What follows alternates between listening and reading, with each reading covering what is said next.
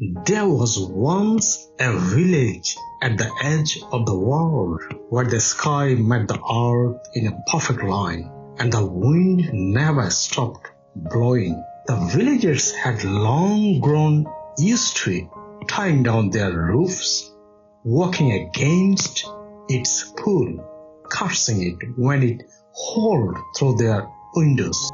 But they never listened to it, all except one. A young girl named Elara was different. From the time she could walk, she felt something scared in the breeze. Where others heard noise, she heard language, as if the wind spoke in a tongue too old to write down. She would sit on the cliffs for hours, eyes closed, listening. The elders called her a dreamer. Her friends said she was odd. But Elara knew the wind carried messages. One morning, as the village prepared for a storm, the wind shifted. It wasn't wild, it was whispering. Elara stood still as the gust wrapped around her like a cloak. It carried no fear, only a gentle pull. Then she heard it. Go east to the mountain that sleeps. Without telling anyone, Elara followed the call. Days turned into weeks as she journeyed through barren plains, dense woods, and across icy rivers.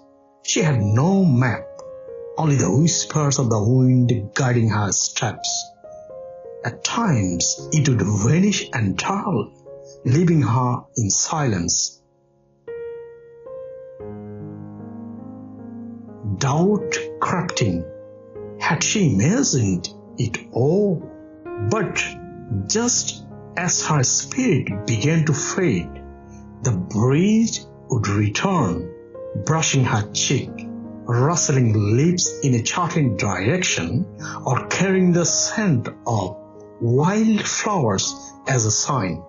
Finally, she reached the mountain. It was massive and quiet, like an ancient being in slumber.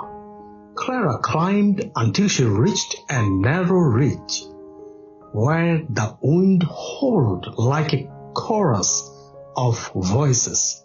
There, standing alone on the edge, was a stone pillar carved with markings of a forgotten language.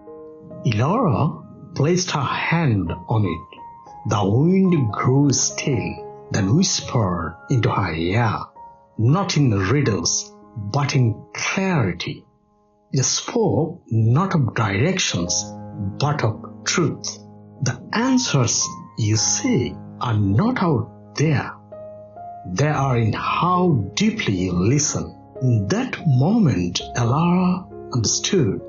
All her life, the wind hadn't been leading her to a place. It was leading her back to herself.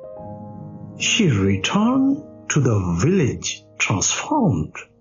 She no longer needed to convince anyone of the wind's voice. When others were lost, they sought her counsel, not because she had power, but because she had learned how to listen.